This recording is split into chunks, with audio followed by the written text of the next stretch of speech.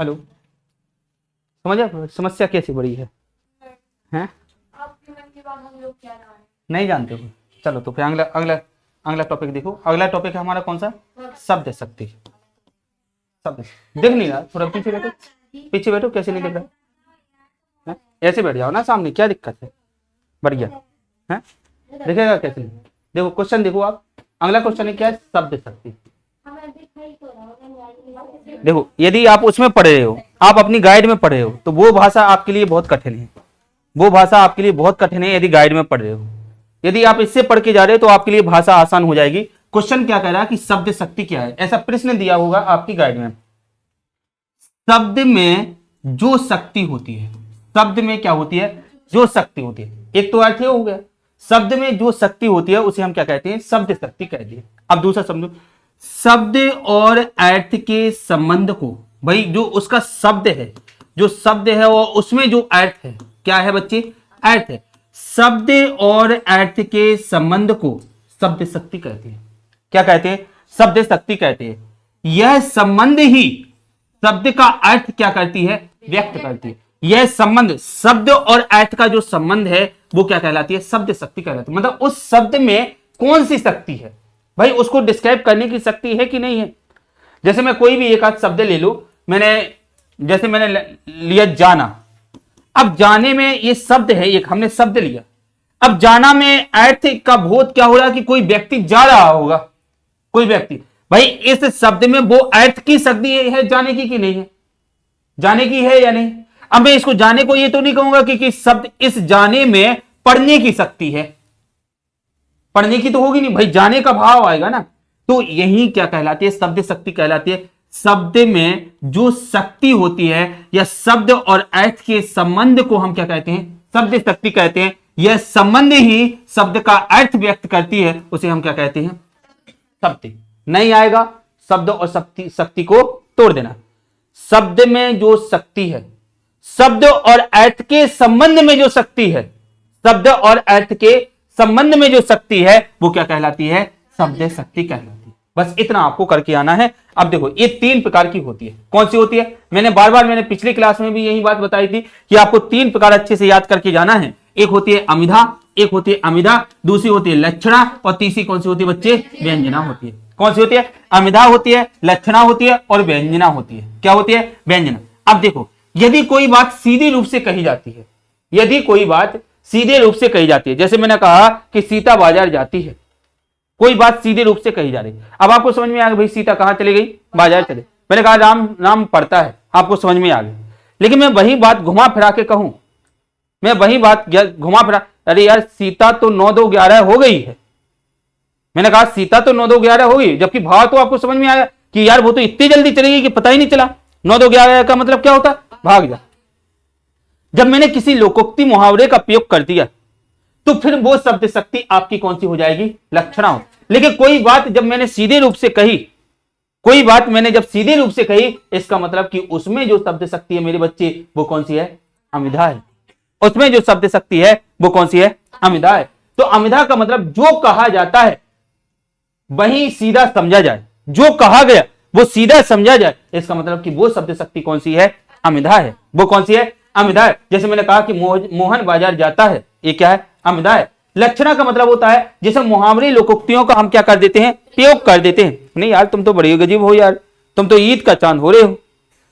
मैंने ये कहा है, जो कल नहीं आया तो मैंने उनके लिए कहा कि तुम तो यार ईद के चांद हो गए थे यार। कहां गए थे यार? 2 दिन लड्डू खाते रहे क्या है? तो ये क्या है? जब मैंने कहा कि मुहावरे लोकोक्तियों का क्या किया गया? प्रयोग किया। और मैं कल के दिन ये बोल दूं कि तुम ऐसे ही रहोगे, तुम्हें कुत्ता घर का ना घाट का होता है। जब मैंने ये कहा तो ना घर के ना घाट के, तो इसका मतलब कि लोकोक्ति मुहावरे को हमने क्या कर दिया? प्रयोग किया गया है। बात सीधे तरीके से नहीं कही जा रही है। बात क्या नहीं हो जा रही है? सीधे तरीके से नहीं कही जा रही है। इसका मतलब कि वहां पे जो शब्द शक्ति होगी वो कौन सी होगी? लक्षणा होगी। वो शब्द शक्ति कौन सी होगी? लक्षणा होगी। जैसे मैंने कहा राम ईद का चांद है। मैंने क्या कहा? राम ईद का चांद है, मतलब बहुत दिनों बाद दिखाई दे रहा है, वो तो ईद का चांद हो गया भाई। हमने कि जब मुहावरे लोकोक्तियों का प्रयोग है तो वो क्या है? लक्षणा। बिल्कुल ऐसे ही लिख के आना और ऐसे ही बांट के आना है। जब आ जाएगा तो ऐसे जो बात सीधी कही जाए, सीधा समझा जाए, जिसका अर्थ सीधा हो, वो क्या है? लक्षणा है। जब किसी बात को घुमा फिरा के या लोकोक्ति मुहावरों का प्रयोग करके कही जाती है, बात सीधे तरीके से नहीं कही जाती है, वो कौन सी होती है? लक्षण। वो कौन सी होती है? लक्षण। अब कोई बात ऐसी होती है, कोई बात ऐसी होती है कि बोलते ना कि यार तुमने इसके 2 अर्थ 3 अर्थ निकाल रहे हैं, कोई बात हमने कहा और हमने मतलब बोलते ना कि कमेंट करते हैं और उसका अर्थ 2-3 निकले, 2-3 निकले, अपने अपने हिसाब से आपने अलग अर्थ निकाला, आपने अलग अर्थ निकाला और तीसरे व्यक्ति ने अलग अर्थ निकाला, तो वो जो शब्द शक्ति होती है वो होती है व्यंजना। व्यंजना को ऐसे समझ लो कि ट्वेंटिंग करते हैं, ट्वेंटिंग करते हैं ना, तो 2-3 अर्थ निकालते हैं, उसकी टांग खींचने का काम करते हैं, वो क्या कहलाती है? व्यंजना। देखो मैंने कहा अलग अलग लोगों द्वारा एक ही बात को अलग अलग अर्थ निकाला जाता है। अलग अलग लोगों द्वारा एक ही बात को जब अलग अलग अर्थ निकाला जाए, अलग अलग अर्थ निकाला जाए, तो वो कौन सी होती है? व्यंजना होती है। वो कौन सी होती है बच्चे? वो व्यंजना होती है। जैसे मैंने कहा घर में गंगा है, अब गंगा या तो कोई किसी लड़की का नाम होगा, या तो घर में पवित्रता है, या तो मैं कहूंगा घर में गंगा ही घुस आई, गंगा नदी ही घुस आई है। अलग अलग लोगों द्वारा अलग अलग अर्थ निकाला जाएगा। जैसे मैंने कि मैंने कहा राजेंद्र शेर की तरह दौड़ता है, राजेंद्र शेर की तरह दौड़ता है। अब भाई राजेंद्र या तो शेर है, या तो वो शेर की तरह छपक छपक दौड़ रहा है, ऐसे दौड़ रहा है, तो या तो वो उसमें शेर की तरह ताकत है। अब भाई क्या है? अलग अलग लोगों द्वारा क्या निकाला जाएगा? अलग अलग अर्थ निकाला जाएगा। वो क्या कहलाती है? वो कौन सी शब्द शक्ति कहलाती है बच्चे? व्यंजना कहलाती है। अब ध्यान से समझो, प्रश्न क्या था मेरा? प्रश्न था शब्द शक्ति किसे कहती है। प्रश्न क्या था? शब्द शक्ति किसे कहती है। तो ध्यान से देखो, शब्द शक्ति का मतलब क्या हुआ? शब्द में जो, शब्द के अर्थ में जो शक्ति है, या शब्द और अर्थ के संबंध में जो शक्ति है, या शब्द में जो शक्ति है, उसे हम क्या कह रहे हैं? जैसा आएगा वैसा लिख के आना, बस दोनों भागों को तोड़ देना। कितने प्रकार की होती है? 3 प्रकार की होती है। कौन कौन सी होती है? अमिधा होती है। कौन सी है? अमिधा होती है। दूसरी कौन सी होती है? लक्षणा होती है। तीसरी कौन सी होती है? व्यंजना होती है। कौन सी होती है बच्चे? व्यंजना होती है। कौन सी होती है? अमिधा होती है, लक्षणा होती है, और कौन सी होती है? व्यंजना। अमिधा का मतलब क्या होता है? जो बात सीधे तरीके से कही जाए और सीधा ही उसका क्या निकाला जाए? अर्थ निकाला जाए, वो कौन सी है? अमिधा है। लक्षणा का मतलब क्या होता है? जहां पर लोकोक्ति मुहावरों का प्रयोग किया जाता है, जहां पर लोकोक्ति मुहावरों का क्या किया जाता है? प्रयोग किया जाता है। वो अपनी गाइड बंद करो तुम, मतलब तुम फोड़ के रखने करो, बंद करो गाइड, जरा ज्ञान मत पीला करो, ठीक है? जितना बनता है उतना नहीं समझना है। लक्षणा का मतलब क्या होता है? जो मुहावरे लोकोक्तियों का जिनमें प्रयोग किया जाए, जिसको मतलब कोई बात सीधे तरीके से नहीं कही जा रही है, वो कौन सी होती है? लक्षणा। लेकिन जब एक ही शब्द के कई अर्थ निकलते हो, वो क्या कहलाती है? वो व्यंजना कहलाती है। वो क्या कहलाती है? व्यंजना कहलाती है। मैं आपको इतना बता दे रहा हूं कि आप अपने मन से पढ़ोगे ना तो हिंदी का एक शब्द नहीं आएगा आपको समझ में, और जितना सहल उसमें, जितना आप सहल मुझसे पढ़े रहे हो ना, उतना सहल उसमें है नहीं है, ठीक है? और ज्यादा शुद्ध नहीं, वहां पे एक शब्द हमें पता है कि तुम कितनी शुद्ध लिखती हो, हमें एक की कॉपी हम चेक करते हैं, सबका पता होता है हमें, ठीक है? चलो ये समझ में आ जाएगा आप। चलो अगला क्वेश्चन देखो आप। शब्द युग्म में एक प्रश्न आपसे ये पूछा जाए, शब्द युग्म में आपने कभी ये जोड़ा है? विवाह युग्म युग्म का मतलब क्या होता है? जोड़ा होता है। विवाह युग्म का क्या मतलब होता है? जोड़ा। जैसे मैंने कहा कि भाई जोड़ा बन गया उनका, जैसे विवाह में क्या होता है? लड़का लड़की का जोड़ा बना दिया जाता है, वो क्या हो गया? विवाह युग्म हो गया। ऐसे ही आप देखो शब्दों में जो जोड़ा बना है, मतलब समानार्थी। देखो जब एक ही वाक्य में 2 समानार्थी विलोम या समान शब्दों को एक जोड़े के रूप में हम लोग क्या करते हैं? एक जोड़े के रूप में क्या करते हैं? प्रयोग। ये बंद करो, ये गाइड समझ में नहीं आ रहा है? जब एक को डांटे तो तुम्हें नहीं आ रहा समझ में? पीडीएफ हमने डाली, नहीं लिखना है आपको, कुछ नहीं करना है, आपको घर पे जाके पढ़ना है। आपके पास पर्याप्त टाइम लगेगा, हमें नहीं सुनोगे तो नहीं बनेगा, ये ध्यान रखो। मैं आपको बता दे रहा हूं, इससे सहल आपको कुछ नहीं हो सकता, डाटा ना कहीं मिलेगा। शब्द युग्म, जब एक ही शब्द में 2 समानार्थी विलोम या समान शब्दों को एक जोड़े के रूप में प्रयोग करते हैं तो वह क्या कहलाता है? शब्द युग्म कहलाता है। वो क्या कहलाता है? शब्द। भाई शब्दों का युग्म बना दो आप, जोड़ा बना दो आप। जैसे कोई भी शब्द ले लो, मैंने कहा कि तुम पूजा पाठ करते हो, तो पूजा के साथ में क्या जोड़ दिया? पाठ जोड़ दिया। जैसे कभी हम लोग दुकान पे जाते हैं, अरे भाई चाय वाय तो पिला दो यार, तो चाय और एक दूसरा हमने क्या जोड़ दिया युग्म में? वाय जोड़। जबकि वाय कोई नैर्थक शब्द होता है, वाय लगभग क्या है? नैर्थ। जैसे हम बोलते हैं यार भाई तुम्हारे घर में पानी वानी हो तो दे दो यार, पानी और फिर वानी, तो हमने बोल दिया, तो हमने क्या बोल दिया? युग्म में जोड़ दिया हमने। तो उसे हम क्या बोलते हैं, जब एक ही वाक्य में दो समानार्थी, चाहे विलोम हो गया चाहे समान शब्द हो गए, एक जोड़े के रूप में हम लोग क्या करते हैं, प्रयोग करते हैं, तो वह क्या कहलाता है, शब्द युग्म कहलाता है। वो क्या कहलाता है, जैसे तुम पूजा पाठ करते हो, वहां दिन रात होते हैं, इस शब्द युग्म में दिन और रात। भाई विलोम आ सकता है, समानार्थी शब्द आ सकता है, या समान समान आ सकता है। ये क्या है, ये विलोम है। दिन का क्या हो गया, रात। लेकिन यहाँ पे ये क्या है, ये समान अर्थ है, मतलब पूजा पाठ, पूजा पाठ मतलब एक ही अर्थ हो रहा है, पूजा पाठ। तुम्हारे माता पिता आज आएंगे, तो यहाँ पे क्या है, ये शब्द युग्म है, ये क्या हो जाएगा, शब्द। तुम्हारे माता पिता क्या हैं, आज आएंगे, तो यहाँ पे क्या हो जाएगा, शब्द युग्म बन जाएगा। आपसे बन जाएगा इतना। परिभाषा कैसे बनाओगे शब्द युग्म की, कोई बच्चा बोल के बताएगा। शब्द युग्म कहते हैं। हाँ ऐसे बोल सकते हो, और कैसे बोलोगे बताओ। समान शब्दों का प्रयोग हम लोग वहां पे करते हैं, मतलब ऐसे बोल सकते हैं कि जब किसी वाक्य में, वाक्य जोड़ लेना, जब किसी वाक्य में या किसी भाषा में समान शब्द हो, विलोम शब्द हो, उनके जब जोड़े बना दिए जाते हैं या उनका प्रयोग जोड़े के रूप में कर देते हैं, उसे हम क्या बोलते हैं, शब्द युग्म बोलते हैं। अगला देखो आप, शब्द युग्म से वाक्य क्या हो जाता है, प्रभावशाली बनता है। क्या बनता है, ये हम विशेषताएं लिखेंगे। शब्द युग्म से क्या बनता है, वाक्य प्रभावशाली बनता है।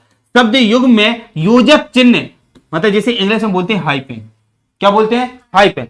शब्द युग्म में योजक चिन्ह क्या करते हैं, हम लोग लगाते हैं, वो क्या कहलाता है, शब्द युग्म। भाई बीच में जैसे आपने माता लिखा, तो माता लिखा तो आपने योजक चिन्ह लगाया कि नहीं लगाया, और फिर क्या कर दिया, पिता लिख दिया, पिता लिख दिया, ये क्या है, शब्द युग्म। जैसे हमने यहाँ पे लिखा, हमने लिखा था पूजा पाठ, हमने क्या लिखा, पूजा, लेकिन डैश लगाना पड़ेगा, मतलब इसे बोलते हैं इंग्लिश में हाइपेन बोलते हैं, हिंदी में क्या बोलते हैं, योजक चिन्ह। और इसके प्रयोग करने से क्या होता है, वह जो वाक्य है उसमें प्रभावशाली बन जाएगा, वह वाक्य क्या हो जाएगा, प्रभावशाली। और जैसे आपने कहीं निपात शब्दों का प्रयोग कर दिया, अब बताओ निपात, जैसे मैंने कहा ही, केवल, तो वहां पे क्या दिया जा रहा है, उस बात पे बल दिया जा रहा है, उस बात पे क्या दिया जा रहा है, बल दिया जा रहा है, वहां पे क्या होते हैं, वो निपात शब्द होते हैं। चलो अगला क्वेश्चन। अब देखो शब्द युग्म के प्रकार देखो। एक शब्द युग्म में कौन सा होता है, पुनरुक्त होता है। एक शब्द युग्म में कौन सा होता है बच्चे, पुनरुक्त होता है। एक शब्द युग्म में कौन सा होता है, पुनरुक्त होता है। शब्द युग्म में कौन सा होगा, पुनरुक्त होगा। दूसरा कौन सा होगा, सजातीय। सजातीय को समझो, इसमें सा मतलब होता है साथ में, जातीय मतलब समान जाति का शब्द हो, समान जाति का शब्द हो, वो क्या कहलाता है, सजातीय कहलाता है। समान जाति, जैसे आपने पशु लिया तो दूसरा पक्षी ले लिया, भाई है तो दोनों जीव ही है, तो जीव। पूजा लिया, दूसरी तरफ क्या ले लिया, पाठ, है तो धर्म से ही संबंधित, पाठ करना या पूजा करना, ये है तो जब समान जाति का शब्द लेते हैं वो क्या कहलाता है, समान। पुनरुक्त का मतलब क्या होता है, पुनः रुक्त। तोड़ के देख लो क्या होता है, आप किसी भी शब्द को यदि तोड़ के देखो, कोई भी सब्जेक्ट हो उसमें कोशिश करो कि हम तोड़ पा रहे हो शब्द को कि नहीं। पुनरुक्त, पुनः रुक्त मतलब पुनः आप उसको क्या करो, उपयोग करो।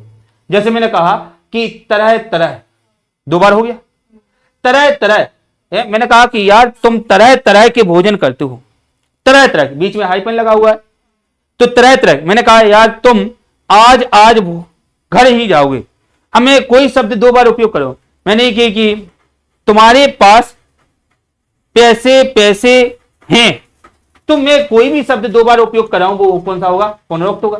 सजातीय मतलब समान जाति का या समान वर्ग का शब्द होगा।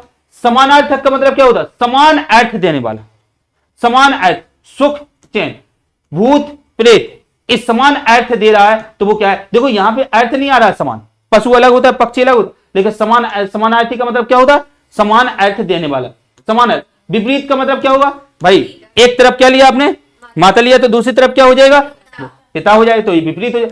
सार्थक निरर्थक का मतलब क्या हो, मैंने कहा चाय, और दूसरी तरफ क्या, मैंने कहा बाय। बताओ बाय क्या होता है, बाय बाय, हाय हाय टाटा, तो नहीं, वो वाला बाय नहीं है। अब चाय मांगो, लेकिन उससे बाय थोड़ी ना मांग रहे, आप बोलते हो ना चाय दे दो, बाय दे दो, आप बोलते चाय पानी वानी तो पिला दो यार, है हाँ, खाना वाना हो कुछ तो दे दो। बाना क्या है, ताना तो सुना है, ठीक है, तो चाय बाय, ये दूसरा क्या हो जाएगा, निरर्थक हो जाएगा। तो सार्थक और निरर्थक, दूसरा क्या है, निरर्थक, दूसरा क्या है, निरर्थक, दोनों ही क्या होते हैं, निरर्थक। जैसे मैंने यार तुम बड़े अंटसंट हो यार, हैं अंटसंट हो, बोलते ना मास्टर साहब तो बड़ा अंटसंट है। अब ये बता, अरे सुआ हुआ नहीं है, खुसर फुसर है। जैसे मैंने कहा कि यार तुम बड़े खुसर फुसर करते हो यार, समझते ही नहीं बात को, तुम्हें समझ में नहीं आ रहा है क्या, है धूर्त हो क्या। अब यहां पे क्या है, ये जो दोनों शब्द है ये क्या है, निरर्थक है। इसमें सार्थक निरर्थक में एक सार्थक होगा तो दूसरा क्या होगा, निरर्थक होगा।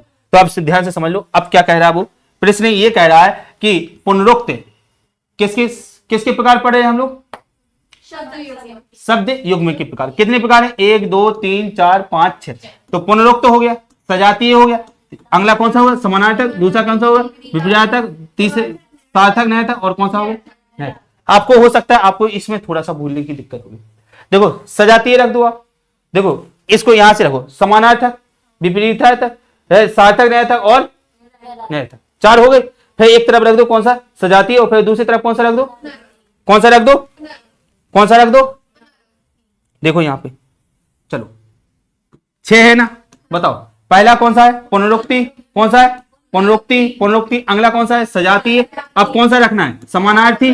दूसरा कौन सा रखना है, विपरीतार्थी, विपरीतार्थक, और कौन सा रखना है, सार्थक निरर्थक। कौन सा रखना है, सार्थक निरर्थक, और कौन सा रखना है, निरर्थक। कितने हो गए प्रकार। अब बताओ पुनरुक्ति में जब दोनों शब्दों का क्या कर दिया जाए, रिपीटेशन कर दिया जाए, पुनरावृत्ति कर दी जाती है। जैसे मैंने कहा तरह तरह, यहाँ पे कौन सा था, सजातीय, समान जाति के। जैसे मैंने कहा पशु, और दूसरा पक्षी भी हो गया। मैंने कहा सजाती, मैंने कहा कौन सा सजातीय, यहाँ पे सजातीय था, यहाँ पे कौन सा था, समानार्थी।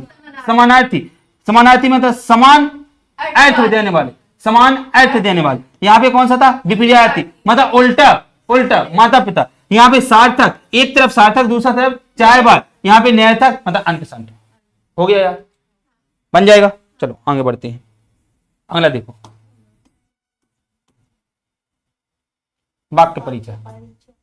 वाक्य परिचय, अब ध्यान से समझो आप, वाक्य बनता कैसे। पहला प्रश्न है कि वाक्य कैसे बनता है। पहला प्रश्न क्या है बच्चे, कि वाक्य कैसे बनता है। बात को समझो, वाक्य सबसे पहले क्या होती है, ध्वनि होती है। वाक्य बनाने के लिए सबसे पहले आपको क्या लेनी पड़ेगी, ध्वनि लेनी पड़ेगी। जैसे मैंने कुछ बोला, जैसे मैं बोला आ ई उ री ए ऐ ओ औ, ये क्या है, ध्वनि है। जब मैं इसी आ को मैं लिख दूं, मैं जब इसी आ को लिख दूं, मैंने बोला आ ई उ, ये क्या है, ध्वनि है। जब मैं इसी आ ई उ को आ ई को क्या मैं कर दूं, लिख दूं, तो वो ध्वनि किस में बदल जाएगी, वर्ण में बदल जाएगी। किस में बदल जाएगी बच्चे, वर्ण में बदल जाएगी। बात समझ में आई। मैंने कहा कि ध्वनि का लिखित रूप, भाषा को समझो आप, ध्वनि का लिखित रूप क्या कहलाता है, वर्ण कहलाता। मैंने क्या कहा, ध्वनि का लिखित रूप कैसा रूप है, लिखित रूप है। कैसा रूप है, लिखित रूप है। ध्वनि का लिखित रूप क्या कहलाता है, वर्ण कहलाता। क्या कहलाता है बच्चे, वर्ण कहलाता। लेकिन जब मैंने इसी वर्णों को मिला दिया, जैसे मैंने एक वर्ण ले लिया का, एक वर्ण ले लिया मैंने मां, और एक वर्ण ले लिया मैंने ला, तो और इस पर एक ही शिरोरेखा चढ़ा दी। क्या चढ़ा दी, एक ही शिरोरेखा चढ़ा दी, तो अब ये वर्णों का समूह बन गया क्या, शब्द। क्या बन गया, शब्द। वर्णों का समूह क्या बन गया। लेकिन वर्ण कैसे जमे होने चाहिए, सार्थक। कैसे जमे होने, क्रमबद्ध और सार्थक। अब ऐसा नहीं है कि पहले मैंने ले लिया मां, फिर मैंने ले लिया का, और फिर मैंने ले लिया ला। अब बताओ क्या हो गया, मक्कल। बताओ क्या अर्थ होता है, कुछ नहीं होता है। तो बात को समझो, वर्णों का सार्थक रूप क्या कहलाता है, क्या कहलाता है, शब्द कहलाता है। वर्णों का सार्थक रूप क्या कहलाता है, शब्द कहलाता है। तो बताओ ध्वनि का लिखित रूप क्या है, वर्ण है। वर्णों का सार्थक रूप क्या है, शब्द है। और जब ऐसे ही बहुत सारे शब्द लिख दो, कमल जा रहा है, जब ऐसे बहुत सारे शब्द लिख दो, तो उसका सार्थक क्रम, सार्थकता जो उसमें होगी, या सार्थक शब्दों का समूह क्या कहलाएगा, वाक्य कहलाएगा। क्या कहलाएगा, वाक्य। प्रश्न क्या था हमारा, प्रश्न क्या था कि वाक्य क्या है, प्रश्न क्या था, वाक्य। तो आप क्या बोलोगे कि शब्दों का सार्थक क्रम, क्या कहोगे, शब्दों का सार्थक क्रम या शब्दों का सार्थक समूह क्या कहलाता है, वाक्य। शब्द कैसे बना, वर्णों के मेल से बना। वर्ण कैसे बना, मौखिक इकाई, किसकी, ध्वनि की मौखिक इकाई क्या कहलाती है, वर्ण कहलाती है। वर्णों का सार्थक मेल क्या कहलाता है, शब्द। और शब्दों का सार्थक मेल या सामंजस्य या लिखित रूप क्या कहलाता है, वाक्य कहलाता है। क्या कहलाता है, वाक्य कहलाता है। चलो अब मैं वापस चलता हूं, ध्यान से समझो। यहां पे प्रश्न हमारा क्या था, प्रश्न हमारा था वाक्य परिचय। क्या था प्रश्न, वाक्य परिचय। अब ध्यान से समझिएगा, ध्वनि ध्वनि ध्वनि कैसी होती है, मौखिक होती है। कैसी होती है, मौखिक। लेकिन जब ध्वनि का लिखित रूप में लिखूंगा तो उसे मैं क्या कहूंगा? मैंने कुछ बोला लेकिन मैंने उसको लिख दिया तो वो क्या कहलाएगा? वो बैंड कहलाएगा। क्या कहलाएगा? वो बैंड। और जब मैंने बैंड को मैंने सार्थक रूप में मैंने बैंड को लिखा तो क्या बना? बहुत सारे बैंड आप लिख दो तो क्या बनेगा? शब्द। जैसे मुझे अपना नाम लिखना हो राज। अब मुझे नाम लिखना होगा तो मैंने रा लिया, फिर बड़ा आ लिया, फिर जा लिया और आ की मात्रा ली। तो इस प्रकार से मैंने राज लिखा, मतलब बैंडों को मैंने मिला दिया, शब्द क्या बन गया? राज। तो बैंडों का सार्थक रूप क्या कहलाता है? शब्द कहलाता है। और शब्दों का सार्थक रूप क्या कहलाता है? वाक्य कहलाता है। क्या कहलाता है? बन जाएगा। अब देखो, दो या दो से अधिक पदों के सार्थक मेल को, पद का मतलब होता है शब्द। आपको समझ में ना आए, आप ठोक देना है यहां पे शब्द। क्या ठोक देना? शब्द ठोक देना। क्या कह रहा है? दो या दो से अधिक शब्दों की, काट दो, हम क्या कर देंगे? शब्द करेंगे। शब्द को ही क्या बोलते हैं? पद बोलते हैं। तो दो या दो से अधिक शब्दों के सार्थक मेल को क्या कहते हैं? बताओ, यही है ना? दो या दो से अधिक शब्दों के सार्थक मेल को हम क्या बोलते हैं? वाक्य बोलते हैं। ठीक है। वाक्य कभी एक शब्द से नहीं बन सकता। जैसे आप बोलो कि सर मैंने लिख दिया जाना, तो जाना से क्या वाक्य बन गया? नहीं बन गया। आपको दो या दो से अधिक, जैसे मैंने कहा कि आज तुम कोचिंग जा रही हो, आज तुम कोचिंग जा रही हो, तो क्या मैंने बहुत सारे शब्द है ना उसमें, आज, तुम, कोचिंग, 3 हो गए, जा 4 हो, रही, फिर हो 6 हो गए, 6 शब्द हो गए ना। तो दो या दो से अधिक शब्दों की सार्थक मेल क्या कहलाता है? ये वाक्य कहलाता है। दो या दो से अधिक पदों के मेल को से क्या बनता है? वाक्य बनता है। जैसे मैंने कहा, जैसे मैंने ऐसे लिखा, अब सार्थक कैसे नहीं हो सकता? देखो बात को समझो। जैसे मैंने कहा कि है राम पीता पानी आज, समझ में आ रहा? नहीं आ रहा। कोई वाक्य क्या ऐसे बोलते हुए कि है राम पानी पीता है? नहीं भाई, इसे शब्द तो है लेकिन सार्थक नहीं है। शब्द तो है, ए भी शब्द है, ए भी शब्द, वाक्य भी है, लेकिन वाक्य में सार्थकता नहीं है। वाक्य में क्या नहीं है? हमें क्या करना पड़ेगा? इसको जमाना पड़ेगा। राम आज पानी पीता है, ये सार्थक वाक्य है। और ये कैसा है? ये निरर्थक वाक्य है। कैसा है? निरर्थक। कैसा वाक्य हो जाएगा? निरर्थक वाक्य। और ये नीचे वाला कैसा है?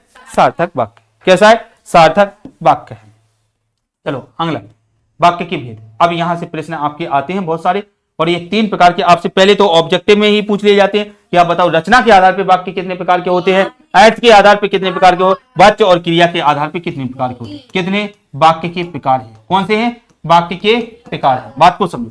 पहला प्रश्न क्या कह रहा है बच्चे? रचना के आधार पे। कौन सी आधार पे? रचना के आधार पे। देखो रचना में आप देखो, रचना में देखो, एक शब्द दो नहीं, एक बैंड, दो बैंड, 3 बैंड। तो रचना को आपको याद रखना, रचना में 3 है तो 3 प्रकार होंगे। क्या है? 3 है तो कितने प्रकार हो जाएंगे? 3। पहला सरल वाक्य, दूसरा मिश्रित वाक्य और तीसरा। यही बच्चों को आज तक नहीं आया हुआ। आया है? किसको बनता है बताओ? तुमसे तो बनता है, मैं और की बात करूं। मैं कह रहा हूं रचना के आधार पर 3। वो एग्जामिनर क्या करता है, वो कोई वाक्य दे देगा और कहेगा कि आप मिश्रित में बदलो इसे, या संयुक्त से मिश्रित में बदलो, मिश्रित से। और बच्चे यही कंफ्यूजन हो जाते हैं कि आज अच्छे से सीख लो, आपको दोबारा नहीं सीखने की आवश्यकता पड़ेगी, बस इसमें कुछ शब्दों का प्रयोग किया जाता है। जैसे आपने क्या कर दिया, आपने जोड़ दिया और। बात को समझो, आपने क्या जोड़ दिया? आपने और जोड़ दिया, आपने या जोड़ दिया, आपने किंतु जोड़ दिया, आपने परंतु जोड़ दिया, आपने परंतु जोड़ दिया। जब ये और, किंतु, परंतु या अथवा जुड़ा है, इसका मतलब कि वो कौन सा है? वो संयुक्त वाक्य है। वो कौन सा वाक्य है? संयुक्त वाक्य। फिर से सुन लो आप, यदि और, अथवा, किंतु, परंतु, यदि ये 4-5 बैंड आपके जुड़े हैं, इसका मतलब कि वो वाक्य कौन सा है? जैसे मैंने कहा राम भी बाजार जाता है और श्याम भी बाजार जाता है। 2 वाक्य अलग अलग हो गए ना। राम भी बाजार जाता है और श्याम भी बाजार जाता है। तो और ने क्या कर दिया? अलग कर दिया, मतलब अलग करते ही संयुक्त वाक्य कहलाता है। या तो वो जोड़ने का काम करते। संयुक्त किससे हो रहा है? किसी और के मन। देखो राम भी बाजार जा रहा है और श्याम भी बाजार जा रहा है, क्या हो गया? जुड़ गया। अब इसके बाद जो बचे हुए शब्द होते हैं, जो एक दूसरे पे क्या होते हैं? डिपेंड होते हैं। जैसे मैंने कहा कि, मैंने कहा जब तक, मैंने कहा जहां तक, ये शब्द किस में आते हैं? ये मिश्रित में आते हैं। किस में आते हैं? मिश्रित में आते हैं। सरल वाक्य में कुछ भी नहीं होता है। सरल वाक्य जैसे राम बाजार जाता है, बस वो क्या है? सरल। फिर से समझ लो, ये 3 ही सबसे ज्यादा इसमें कठिन है। पूरे चैप्टर में 3 सबसे ज्यादा कठिन होंगे। कौन सा? सरल वाक्य कुछ नहीं होगा, साधारण वाक्य होता है, सरल होता है। अफर्मेटिव जिसे आप बोलते हो इंग्लिश में, सिंपल सेंटेंस जिसे बोलते हो, वो सरल वाक्य होता है। मिश्रित में क्या होता है? मिश्रित में कि, जब तक, जहां तहां, ये शब्द उपयोग करते हैं। संयुक्त में आप अच्छे से याद रखना, संयुक्त में और, या, अथवा, किंतु, परंतु ये शब्द आते हैं, वो कौन से होते हैं, मैं आपको आगे दिखाने वाला हूं। अगला बताओ, रचना के आधार पे कितने हो गए, 3 हो गए। अगला कौन सा है, अर्थ के आधार, अर्थ के आधार पे कौन सा होगा, 8 हो गए। अर्थ के आधार पे कौन सा होगा, 8 हो गए। तो अर्थ के आधार पे एक विधिवाचक होगा, विधिवाचक जैसा यहाँ पे शैल होता है वैसे ही क्या होता है यहाँ पर विधिवाचक। अच्छे से पढ़ जाओ माने, ऐसे ना नाचते तो लग रहे हो मेरे ऊपर हैं, डांट देते हैं इसलिए बुरा लग जाता है कि सर का डांटना है। चलो देखो यहाँ पे विधिवाचक, विधिवाचक का मतलब क्या होता है, एक शैल वाक्य होता है, जैसा शैल होता है बिल्कुल वैसे ही। निषेधवाचक में किसका उपयोग करना पड़ेगा आपको, नॉट का, नहीं का उपयोग करना पड़ेगा। निषेधवाचक में किसका उपयोग करना पड़ेगा, नहीं का। आप जैसे मैंने बोला कि राम बाजार नहीं जाता है तो वो क्या हो गया, निषेध। जब मैंने बोला कि राम बाजार जाता है तो वो क्या हो गया, विधिवाचक। राम बाजार जाता है तो विधिवाचक, मैंने कहा राम बाजार नहीं जाता तो वो क्या है, निषेधवाचक। क्या राम बाजार जाता है, क्या हो जाएगा, प्रश्न किया है। क्या राम बाजार जाता है, प्रश्नवाचक। मैंने कहा इच्छावाचक, आज मैंने इच्छा है, मेरी इच्छा प्रकट करूंगा मैं, आज मेरा बाजार जाने का मन था, आज मेरा बाजार जाने का, मेरी इच्छा प्रकट हो रही है, मेरी इच्छा प्रकट हो रही है, तो मैंने कहा इच्छावाचक। संदेहवाचक, संदेह है जो उस पर, शायद राम बाजार गया होगा, शायद, मैंने शायद से क्या जोड़ दिया, शायद जोड़ दिया तो क्या होगी, संदेह होगा। क्या 100% बोल सकते हो कि राम गया, मैंने कहा शायद राम बाजार गया होगा तो क्या है वो, संदेहवाचक। आज्ञावाचक, तुम बाजार जाओगे, आज्ञा है, मैंने आज्ञा दी, तुम बाजार जाओगे, तुम कल पढ़कर आओगे, ये क्या मेरी आज्ञा है? आज्ञावाचक। अब इसके बाद जैसे कि कृष्ण जी कहते थे, हे आर्यपुत्र धनुष पर तीर चढ़ाओ और कौरवों को मार डालो, ये मेरी आज्ञा है। आप कौन बोले हैं, कृष्ण बोले हैं, कृष्ण बोले, किससे बोले, अर्जुन से बोले, तो वो आज्ञा दे रहे हैं, ठीक है। तो ये आज्ञावाचक, जैसे मैंने कहा कि तुम पानी लेकर आओ, आज्ञा है। संकेतवाचक, संकेतवाचक एक क्रिया दूसरी क्रिया पर क्या होती है, निर्भर होती है, वो कौन सी होती है, संकेतवाचक। फिर से देख लो आप, क्या है, एक क्रिया जब दूसरी क्रिया पर क्या होती है, आश्रित होती है। एक क्रिया जब दूसरी क्रिया पर आश्रित होती है, जैसे मैंने कहा जब राजेंद्र सर आएंगे तब हम पढ़ेंगे, बताओ आपका पढ़ना किस पर डिपेंड हुआ, राजेंद्र सर आएंगे तभी तो आप पढ़ोगे, तो आपका पढ़ना डिपेंड है किस पर है, राजेंद्र सर के आने पर। अब राजेंद्र सर के आने पर है तो एक क्रिया की जा रही है, किस पर है, आपकी क्रिया, जो क्रिया आपको करना है, पढ़ने का काम करना है, वो किस पर डिपेंड है, राजेंद्र सर के आने पर। तो जब एक क्रिया दूसरी क्रिया पर क्या होती है, आश्रित होती है, उसे हम क्या बोलते हैं बच्चे, संकेतवाचक बोलते हैं। विस्मयादिवाचक, विस्मयादिवाचक मतलब जहां पे आश्चर्य हो, यहां पे आश्चर्य हो, जैसे मैंने कहा कि कल उसे गोली मार दी, तो बड़ी आश्चर्य की बात, अरे एक लड़के ने गोली मार दी, कैसे ये कर सकता है वो, हिंदू धर्म में ऐसा हुआ है, दोनों धर्म अलग थे, सामंजस्य नहीं कर सकते थे, बीच का धर्म निकाल लेते, अपना धर्म बना लेते। वो एक हिंदू था, दूसरा एक मतलब जैन था, हालांकि दोनों हिंदू ही होते हैं, लेकिन धर्म दोनों अलग अलग हैं। एक तिवारी था, एक क्या था, एक जैन था। अरे दोनों अपना धर्म निकाल लेते, दूसरे जाके और कुछ बन जाते, यादव बन जाते, कहते लोग यादव की जाति हमने अपना ली। तो जहां पर आश्चर्य हो, अब जैसे यहाँ पे शेर है, अरे सर वो तो कल शेर आ गया था यहाँ पे, अब बोले हो आप आश्चर्य बोलते ना, उई माँ, अब बोले आप वही माँ बोले हो, तो आपको ये विस्मयादिवाचक आपको लगाना पड़ेगा।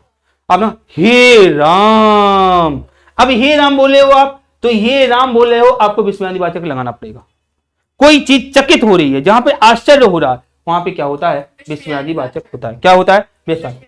तो देखो विधिवाचक शैल होता है, निषेधवाचक में नहीं होता। प्रश्नवाचक में प्रश्न कब क्यों कैसे लगा के किया जाएगा। इच्छावाचक में क्या किया जाएगा, इच्छा प्रकट की जाएगी। संदेह में संदेह होगा, शायद लगा के संदेह। आज्ञा में हम क्या करेंगे, आज्ञा देंगे। संकेत में क्या देंगे हम, एक क्रिया किस पर डिपेंड होगी, दूसरे पर डिपेंड होगी। और अगला है विस्मयादि। विस्मयादि में क्या होगा, कहां पे रखा मोबाइल, हम तो सोच रहे हैं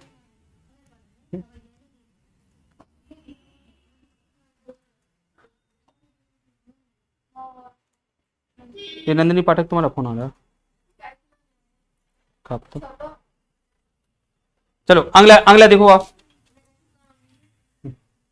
अगला देखो आप, बन जाएगा ये। अब अगली क्रिया देखो, किसके आधार पे? वाच्य के आधार से। किसके आधार पे? वाच्य के आधार। अब ये आपके सिलेबस में शायद नहीं दी गई है। वाच्य के आधार पे 3 प्रकार आप पढ़ लो, लेकिन शायद सिलेबस में नहीं दिया है। कौन सा दिया गया? कृतवाच्य। कृतवाच्य। दूसरा क्या दिया गया? कर्मवाच्य। और तीसरा कौन सा दिया गया?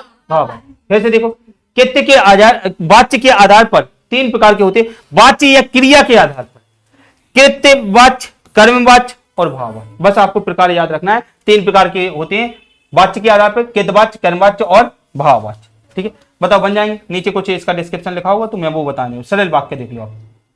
सरल वाक्य जिसमें एक क्रिया और एक कर्ता होता है वो क्या कहलाता है? सरल भाषा कैसे लिख के आओगे? जिस वाक्य में एक क्रिया और एक कर्ता का होना पाया जाता है, जिस वाक्य में एक क्रिया और एक कर्ता का होना पाया जाता है, उसे हम क्या बोलते हैं? उसे हम क्या बोलते हैं? सरल वाक्य बोलते हैं। ऐसे ही भाषा परिभाषा आपको लिख के आनी है। एक क्रिया और एक कर्ता, जैसे मैंने कहा राम बाजार जाता है, जैसे यहां पे देखो मैंने कहा राम बाजार जाता है। राम बाजार जाता, बताओ कर्ता कौन है? राम। कर्ता कौन है? राम।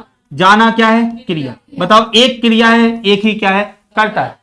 तो राम बाजार जाता है, जिसमें एक क्रिया और एक कर्ता पाया जाता है, वो क्या होता है? सरल। वाक्य के अंग देखो आप, वाक्य के अंग, पहले इस चीज को समझ लो। ये क्या है? आपको ये चीज समझ में आ जाएगी तो फिर आपको और चीजें आपको समझ में आ जाएगी। देखो, एक होता है उद्देश्य और एक होता है विधेय।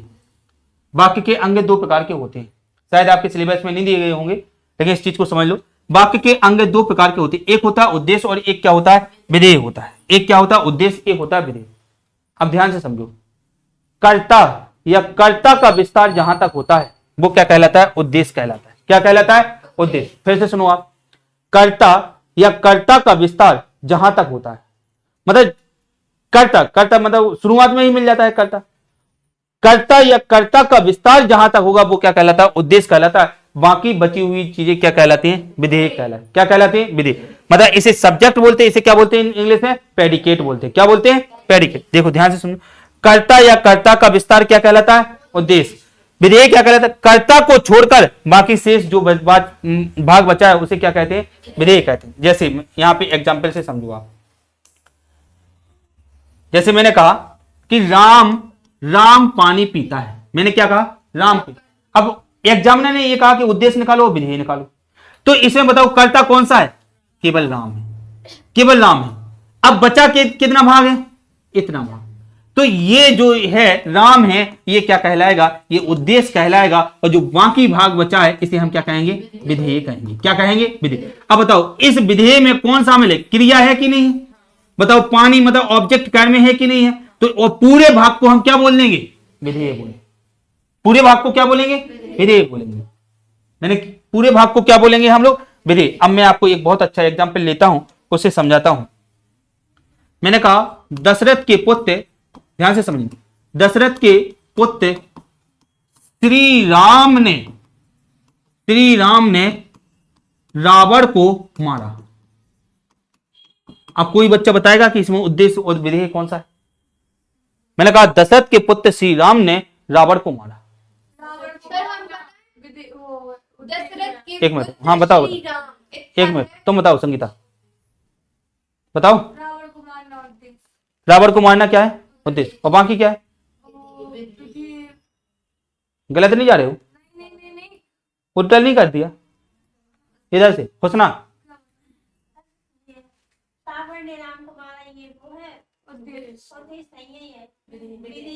विधेय है। अब ध्यान से समझो, आप बात सही जा रहे हो आप लोग। दशरथ के पुत्र श्री राम ने, इतना जो वाक्य है ये कर्ता है या कर्ता का क्या है? कर्ता है या कर्ता का क्या है? विस्तार है। क्या है? कर्ता है या कर्ता का विस्तार है। और इसे हम क्या कहेंगे? उद्देश्य। इसे हम क्या कहेंगे? उद्देश्य। बताओ बाकी बचा हुआ भाग क्या है? ये क्या है? विधेय। बताओ क्या है? विधेय। अब आपको बात समझ में आ गई? कर्ता, अरे दशरथ हुआ, दशरथ के पुत्र श्री राम ने, ये कर्ता है और ये कर्ता का विस्तार ही तो है। एक ही व्यक्ति की बात की जा रही है भाई, व्यक्ति तो एक ही है ना, कर्ता तो एक ही है ना, श्री राम। देखिए श्री राम किसका पुत्र है? अरे बात को समझो, हमारे पास वाक्य के अंग कितने होते हैं? एक उद्देश्य होता है और एक क्या होता है? विधेय। पहले हमें यह समझना पड़ेगा कि कर्ता और कर्ता का विस्तार कहां था। ये कर्ता है, दशरथ क्या है? कर्ता। लेकिन कर्ता दशरथ का पुत्र श्री राम, यहां तक इसका विस्तार है। यहां तक क्या है इसका, एक ही व्यक्ति के बारे में ये बात की जा रही है। किसके बारे में? श्री राम। तो बताओ दशरथ भरी करता है, लेकिन एक ही व्यक्ति के बारे में बात की जा रही है ना, श्री राम। मारा किसने? क्या दशरथ ने मारा था? क्या नहीं मारा था?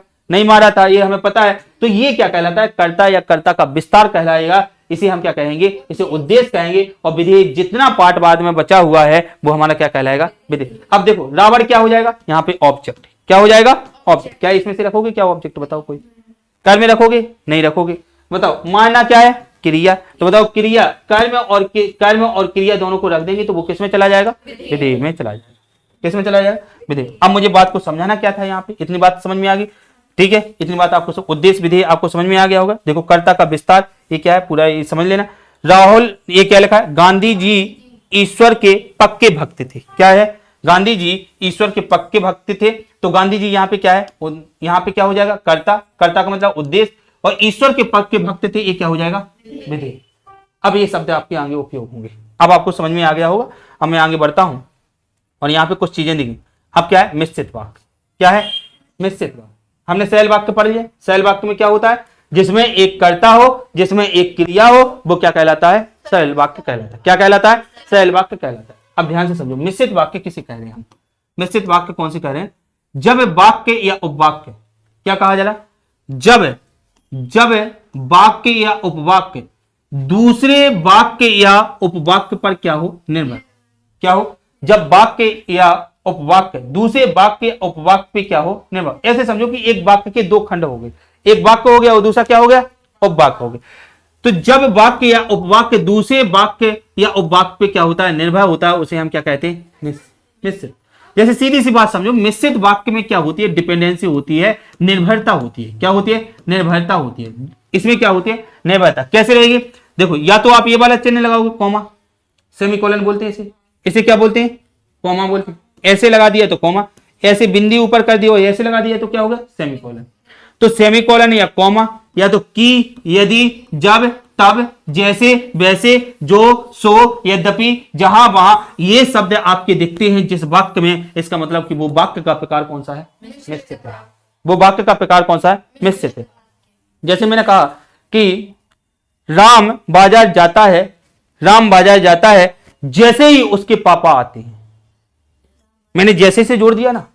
बताओ राम का बाजार जाना है निर्भर है किसके आने पर? बताओ, निर्भरता प्रतीत हो रही ना? निर्भरता प्रतीत हो रही ना? अब मैं कहूं कि राम बाजार जाता है और पापा आते हैं, तो निर्भरता नहीं है। पापा आना का अलग है और राम का जाना अलग है। तो इसमें क्या होता है बच्चों? इसमें निर्भरता प्रतीत होती है। और ये सेमीकोलन, ये कॉमा, की, यदि, जब, तब, जैसे, वैसे, जो, सो, यद्यपि, जहां तहां, यदि ये शब्द ये वर्ण जुड़े हैं, इसका मतलब वो वाक्य कौन सा है? वो वाक्य संयुक्त नहीं है। वो वाक्य कौन सा है? मिश्रित है। वो वाक्य कौन सा है? मिश्रित है। अब अगला देखो, मैंने कहा जैसे ही मोहन आया, जैसे ही मोहन आया, बताओ क्या जुड़ा है? वैसे ही वह रो पड़ा। बताओ रोने का संबंध मोहन के आने से है। जैसे कोई अपने परिवार में खत्म हो जाता है, जैसे अपन ने अक्सर देखा हो, जब तक तो मम्मी नहीं रोती है, और जैसे ही कोई रोते हुए आता है तो वो रोने लगती है। जैसे गमी हो जाती है, अक्सर घर में देखा होगा है। और कई बार तो ये होता है कि सासू माँ खत्म हो गई, अब सासू माँ ने यदि बहुत ताने माने दिए होंगे तो फिर थोड़ा रोना पड़ता है। बाकी तो वे यही कह देते कि आप सही चली गई हो, तुमसे हम भी परेशान थे, हैं, सुख की जिंदगी आप भी जियो, हैं, हम भी जीते हैं। और कई बार ऐसा भी होता है कि बहू एक ही है तो उनको लड़ने को एक ही मिला। यदि दो चार बहुएं होती है तो फिर सास अलग अलग लड़ती रहती है कि उनसे लड़ दो, एक दिन इनसे, एक दिन इनसे। और एक ही बहू हो तो समस्या हो जाती है। ऐसा होता है, बजने दो। चलो, जैसे ही मोहन आया वैसे ही रो पड़ा। रोने का संबंध हाँ, मोहन के आने। अब ये शब्द देख लो, ये शब्द जहां मिलेंगे वो क्या है? मिश्रित। आपको रट लेना है, ये जहां मिलेंगे वो क्या है? ये जहां मिलेंगे वो क्या है? मिश्रित है। ठीक है, मिश्रित वाक्य। चलो अगला देखो आप। अगला, तुमने मेहनत की होती तभी तुम सफल हो।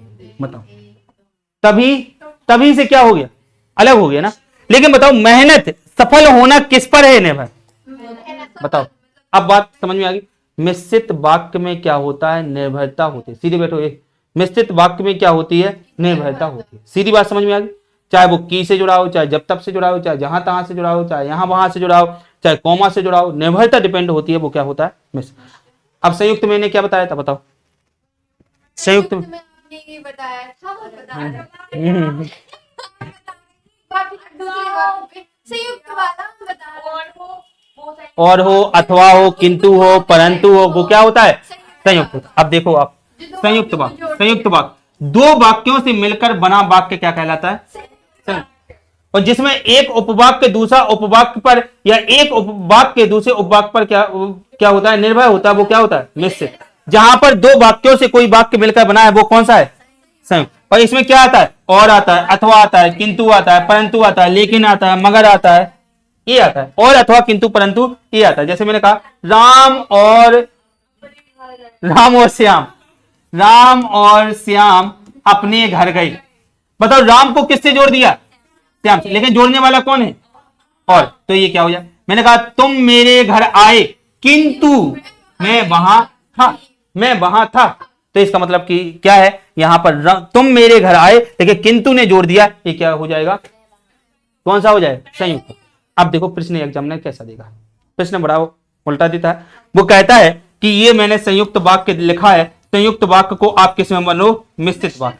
अब बदल के बताओ मिश्रित वाक्य में कैसे बदलोगे, संयुक्त वाक्य को मिश्रित वाक्य में बदलो। प्रश्न ऐसे ही देता है एग्जामिनर, बदलो, बताओ। बिल्कुल, लेकिन मैं घर पे नहीं था। पता नहीं क्या दम दम पा रहे हैं, बिल्कुल फोन की है। बच्चा ढंग से पढ़ ना पाए, भगी जाए बच्चा, ठीक हो। चलो, तुम मेरे घर आए, फिर से देखो, तुम मेरे घर आए किंतु मैं वहां था। अब बताओ किंतु को हटाओ। अब आपको मिश्रित वाले आपको जोड़ना है। तुम मेरे घर आए, लेकिन कैसे है, किंतु परंतु लेकिन तो इसी में आता है। की से आप जोड़ो, यथा से जोड़ो, कौमा से जोड़ो। तुम मेरे घर आए की मैं वहां था, की से आप जोड़ सकते हो, की से जोड़ सकते हो, की मैं वहां था। तुम मेरे घर आए कि मैं वहां था, जुड़ जाएगा कि नहीं जुड़ जाएगा, ठीक है। तो आपको ऐसे शब्द है। अब तो बस इतना आप अच्छे से समझ लो। मैं क्यों इस पे जोर दे रहा हूं, क्योंकि इसके प्रश्न पूछे जाते हैं। एक कौन सा है आपके पास, सरल वाक्य है। दूसरा कौन सा है बच्चे, मिश्रित वाक्य। कौन सा है, मिश्रित वाक्य। और दूसरा अगला कौन सा है, संयुक्त वाक्य। मिश्रित वाक्य में की हो गया, कॉमा हो गया, सेमीकोलन हो गया, और क्या हो गया, तथा हो गया, यथा हो गया, यथा हो गया, जहां हो गया, वहां हो गया, ये शब्द आते हैं। इसमें कौन सा आता है संयुक्त में, और आता है, अथवा आता है, और क्या आता है, या आता है, किंतु आता है, परंतु आता है, लेकिन आता है। ये किस में आता है, संयुक्त में। बन जाएगा कि नहीं। चलो सीख गए आप, चलो आगे बढ़ते हैं। चलो अगले टॉपिक पे, सार संक्षेपण। क्वेश्चन देखो, हाँ कौन सा, ऐसा था, चले जाओ तुम, ले जाओ, तुम्हारा पेपर है तो भेजाओ, कल पढ़ना। तो ये फोन लगा दो ना, जगह तो लगा दो फोन। सटा तो उठवा दो, हुसना सटा उठो, अरे उठवा दो अच्छे से, अच्छे से।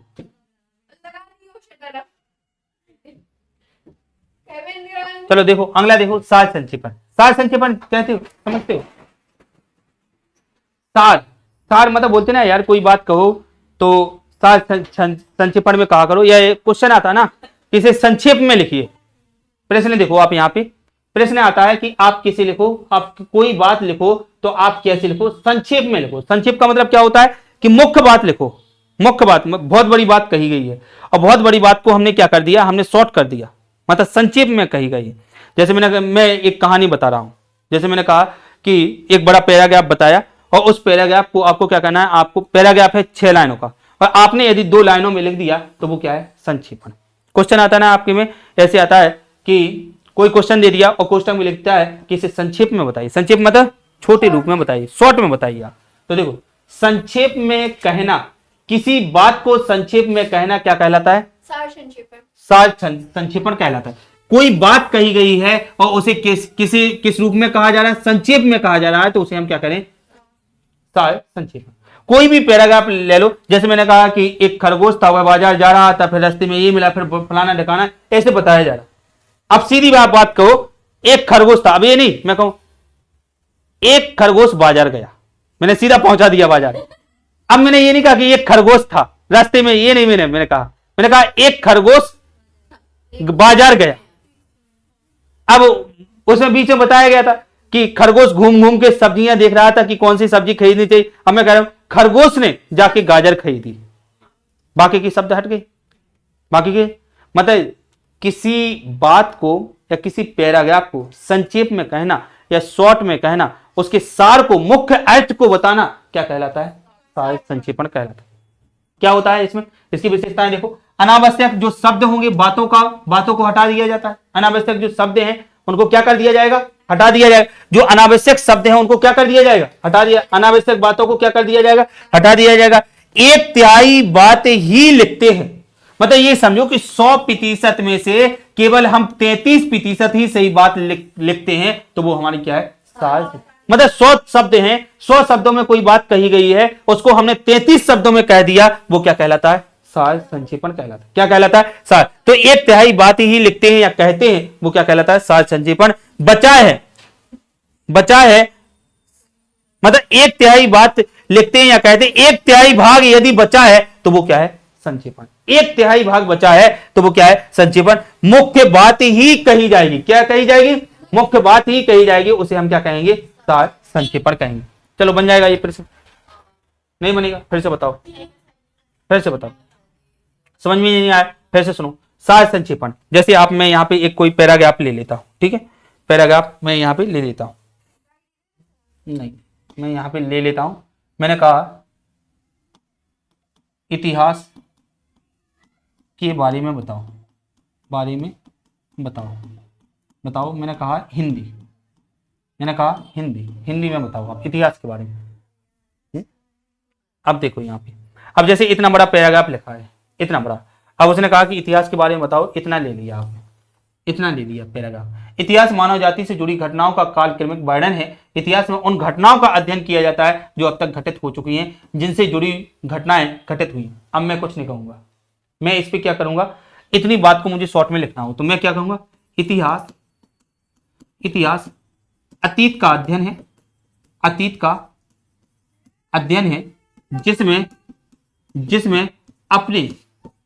जिसमें अपने पूर्व की घटनाओं का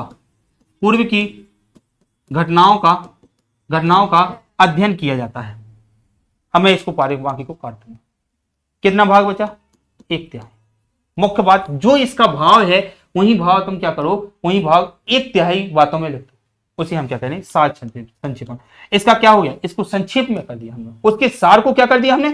संक्षेप। जो इसका सार था, जो इसका भाव था, सार का मतलब क्या होता है? भाव। जो इसका सार है या भाव है, उसको हमने क्या कर दिया? हमने संक्षेप में कर दिया, उसे हम क्या बोलते हैं? सार संक्षेपण। अब देख लो यहाँ पे, उसे हम क्या कहते हैं? सार संक्षेप। यही क्या है? संक्षेप में अपनी बात को क्या कहना? संक्षेप में कहना है। अपनी बात को शॉर्ट रूप में कहना, अपनी बात को छोटी बातों में, बहुत सारी बातें हैं, मुख्य बात को कहना, वो क्या कहलाता है? सार संक्षेपण कहलाता है। अनावश्यक शब्द इसमें क्या हो जाते हैं? हट जाते हैं। अनावश्यक बातें जो होती हैं वो भी क्या हो जाती हैं? हट जाती हैं। और जो बात 100 शब्दों में कही गई हो, वो बात केवल कितनी बचती है? 1/3 भाग में बचती है। मतलब 33%, 33 शब्दों में बचेगी, 1/3 भाग में बचेगी। इसे हम क्या कहेंगे? सार संक्षेपण या संक्षेपण हम कहेंगे। क्लियर है आपको? चलो आगे बढ़ो। विशेषताएं देखो अब विशेषताएं देखो। विशेषताएं क्या होती है? इसमें पूर्णता होनी चाहिए। भाई यदि आप कोई सार संक्षेपण कर रहे हो तो उसमें क्या होनी चाहिए? पूर्णता। अब ऐसा ना हो कि मुख्य बात तो हमने बताई है, लेकिन वो बात हमने क्या की है, वो बात हमने मतलब उसमें पूर्णता नहीं लाई।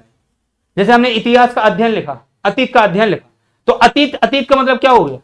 जो गुजर गया, जो बीत गया वो क्या है? अतीत।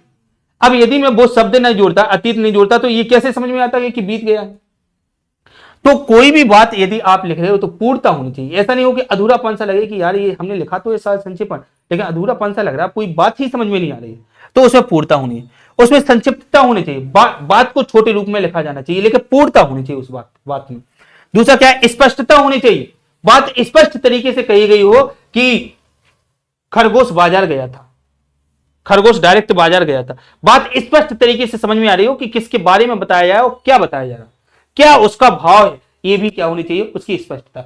शुद्धता, उसमें वाक्य कोई शब्दावली है वो भी शुद्ध होने चाहिए, शब्दावली है वो भी क्या होनी चाहिए, शुद्धता होनी चाहिए। उसमें वर्णों का जो शुद्ध मतलब भाषा का शुद्ध होना, भाषा का शुद्ध होना चाहिए, चाहे शब्द हो चाहे वाक्य हो।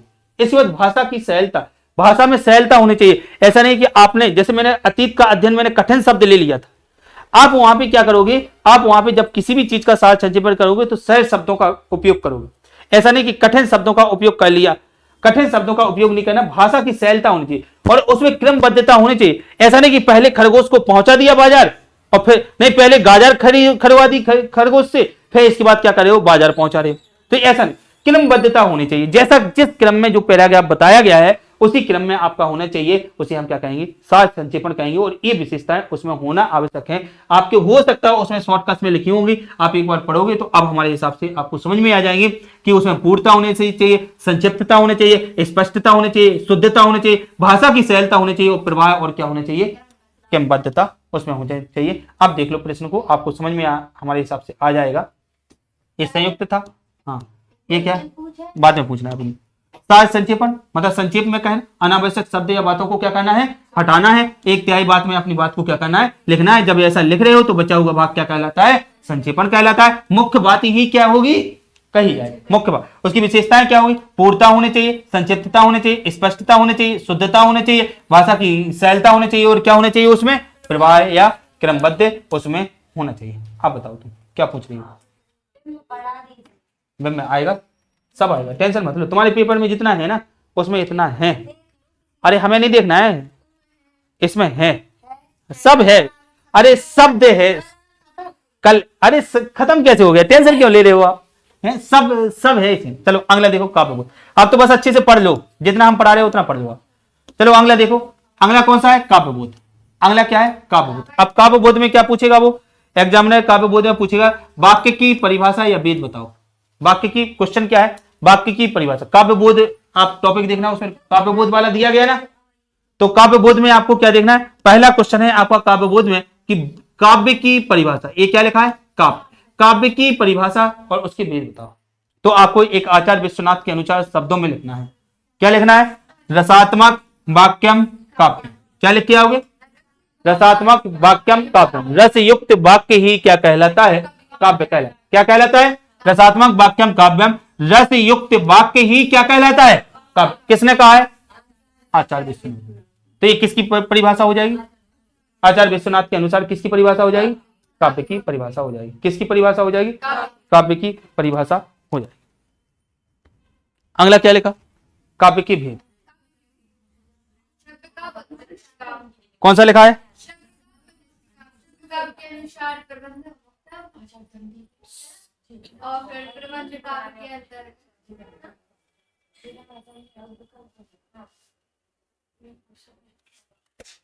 श्रव्य काव्य और दृश्य काव्य। तो भेद कितने होते हैं इसके, दो भेद होते हैं। ध्यान से देखो आप, भेद कितने होते हैं, दो भेद होते हैं। एक कौन सा होता है, एक श्रव्य काव्य होता है और एक क्या होता है, दृश्य काव्य होता है। श्रव्य काव्य होता है और दूसरा कौन सा होता है, दृश्य काव्य।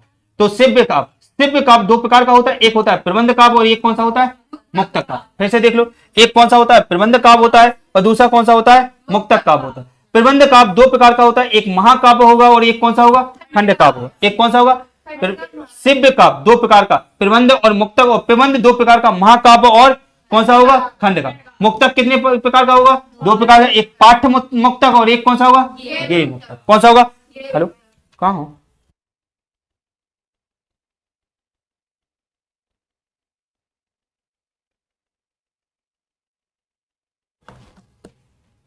देखो भेद फिर से देखो आप, किसके भेद पढ़े हम, काव्य के भेद। किसके भेद पढ़े, काव्य के भेद दो प्रकार के, एक श्रव्य काव्य और एक कौन सा होता है, दृश्य काव्य। एक श्रव्य काव्य और एक दृश्य काव्य। दृश्य काव्य दो प्रकार का होता है, एक प्रबंध काव्य और एक कौन सा होता है, मुक्तक काव्य। एक प्रबंध काव्य होता है और एक कौन सा होता है, मुक्तक। जो प्रबंध मतलब प्रबंध तरीके से लिखा जाए, नियमों को लेकर लिखा जाए, छंदों का विधान हो उसमें सही तरीके से, यदि छंद अलंकार का प्रयोग करके लिखा जाए, वो क्या कहलाता है, प्रबंध। मुक्तक का मतलब होता है वो मुक्त रचना होती है। मुक्त रचना मतलब जिसमें छंदों का प्रयोग स्वतंत्र रूप से हम कर रहे हैं, रसों का प्रयोग स्वतंत्र रूप से कर रहे हैं, हम अलंकार का प्रयोग भी हम कर रहे हैं, स्वतंत्र रूप से कर रहे हैं। तो ये क्या होती है, ये मुक्तक होती है। कौन सी रचना होती है, मुक्तक। तो प्रबंध काव्य दो प्रकार के होते हैं, एक कौन सा होता है, महाकाव्य, और एक कौन सा होता है, खंड काव्य। और ये मुक्तक कितने प्रकार के होते हैं, एक पाठ्य मुक्तक और दूसरा कौन सा होता है, गेय मुक्तक। पाठ्य मुक्तक और गेय मुक्तक। अगला देखो आप, अब यहाँ पे प्रश्न बनना बता रहा हूं। आपसे पूछा जाएगा कि बताओ खंड काव्य और महाकाव्य में अंतर बताओ। महा का मतलब होता है बड़ा, खंड का मतलब होता है टुकड़ा। खंड, जैसे आपने एक शब्द सुना होगा अखंड ज्योति, बताओ सुना है, अखंड। आ हटा दो, आ मतलब नहीं, आ मतलब क्या होता है, नहीं। खंड मतलब खंडित, जिसको खंडित ना किया जा सके वो क्या है, अखंड। वो क्या है, जैसे आपने यहाँ रामायण बैठती है तो अखंड रामायण बैठती है। हम लोग क्या बोलते हैं कि खंड रामायण बैठे, नहीं, बीच में आप रोकते नहीं हो। तो अखंड, अखंड ज्योति मतलब ज्योति एक बार जल गई तो वो जलती रहेगी, वो क्या है, अखंड ज्योति है।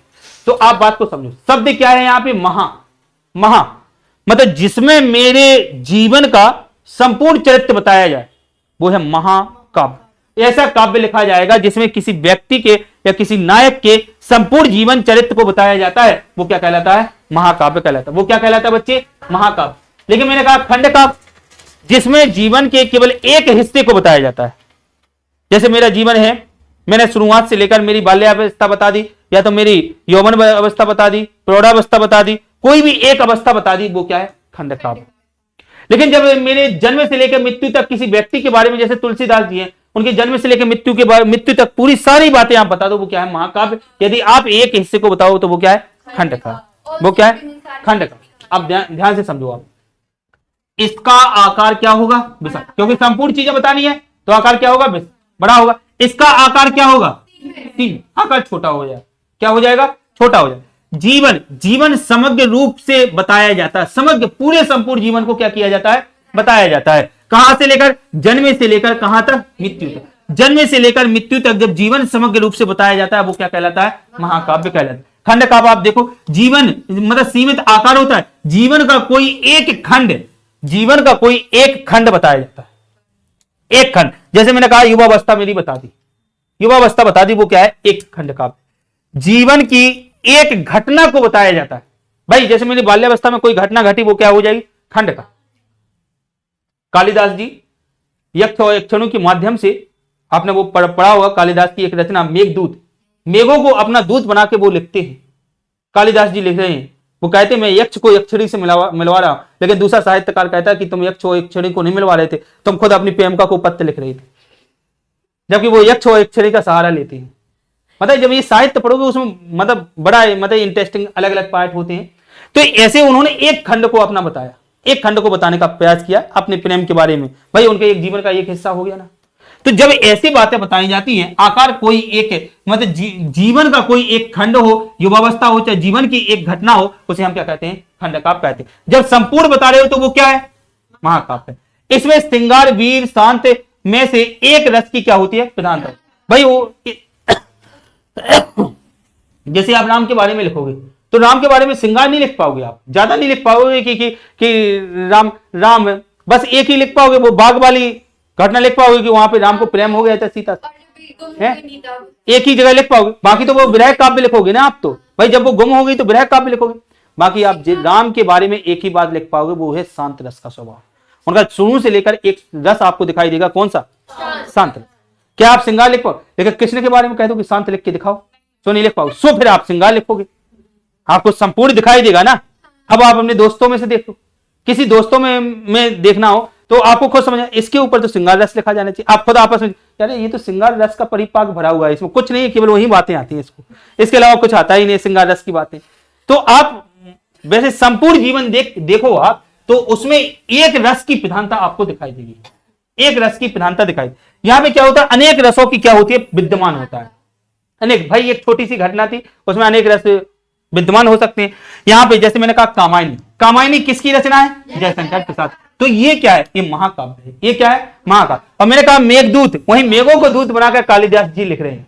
मेघों, कालिदास ने अपने संपूर्ण चरित्र के बारे में नहीं बताया, उन्होंने केवल मेघों को दूत बनाकर यक्ष और यक्षिणियों के माध्यम से कहता है कि यक्ष बेचारी विरह में बैठी है, हे यक्ष को यक्षिणी से मिलवा दे। और मेघों को दूत बनाता है कि हे मेघ, मेरा ये संदेशा ले जाओ यक्षिणी के पास। मतलब ऐसा बनाया गया, पात्र बनाए गए, ये पात्र बनाए गए। तो यहाँ पर मेघदूत एक क्या हो जाएगी, एक रचना हो जाएगी। इस प्रकार से आपका ये वाला क्वेश्चन बन जाएगा। बन जाएगा आपसे? चलो बन जाएगा, ये महाकाव्य और खंडकाव्य बन जाएगा। संदेश आ रहा है हमारे पास कि 1 मिनट है सर छुट्टी के लिए, ठीक है। अब ये क्वेश्चन हम अगला आगे करेंगे, महाकाव्य। अब स्कूल जाना है मुझे। चलो बन जाएंगे ये प्रश्न। वीडियो हम आपके ग्रुप में डाल देंगे, आपको लगेगा तो दोबारा आप देख सकते हो, बाकी देखने की आवश्यकता नहीं है। अच्छा हाँ, पीडीएफ मैंने ग्रुप में डाल दी है। हाँ कंटिन्यू पेपर के बाद आपने इस वाले पेपर के बाद लगेगी ना, हमेशा लगती रहेगी, तब बंद किया, अपन बंद नहीं करेंगे। जाओ कैसा? हाँ क्लास लगेगी। हाँ आज भी लगेगी, आज भी लगेगी, लेकिन